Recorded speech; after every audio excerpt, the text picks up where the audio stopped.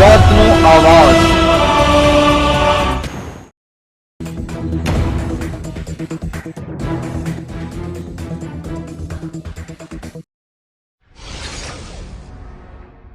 સુરત જિલ્લાના માંડવી તાલુકાના ખડેપુર કાકડવા ગામ આદિજાતિ વિકાસ રાજ્યમંત્રી કુંવરજી હળપતિની પ્રેરક ઉપસ્થિતિમાં વિકસિત ભારત સંકલ્પ યાત્રા રથનું સ્વાગત કરાયું।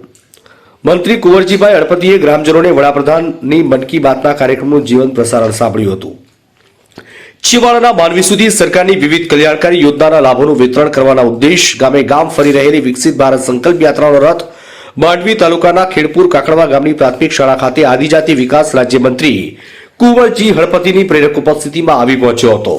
સંકલ્પ યાત્રાના રથનું ભવ્ય સ્વાગત કરી વિકસિત ભારતના નિર્માણની સામૂહિક પ્રતિજ્ઞા લેવામાં આવી તેમજ વડાપ્રધાનનું મન કી બાત કાર્યક્રમનું જીવંત પ્રસારણ ઉપસ્થિત સૌએ સાંભળ્યું હતું। આ પ્રસંગે આદિજાતિ વિકાસ મંત્રીએ જણાવ્યું કે આદિવાસીઓના સર્વાંગી ઉત્થાન માટે સરકારે અનેકવિધ જન કલ્યાણકારી યોજનાઓ અમલમાં બનાવી છે।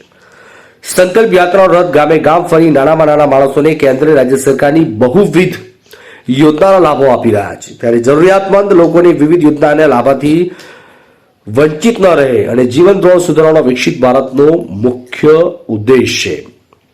વધુમાં તેમણે જણાવ્યું કે આયુષ્માન કાર્ડ થકી 10 લાખ સુધીની કેશલેસ આરોગ્ય સારવાર ઉપલબ્ધ કરાવી છે। સુરત જિલ્લામાં સિકલ સેલ એનેમિયાના દર્દીઓને સારવાર માટે સહાય આપવામાં આવતી હોવાનો ઉલ્લેખ કર્યો।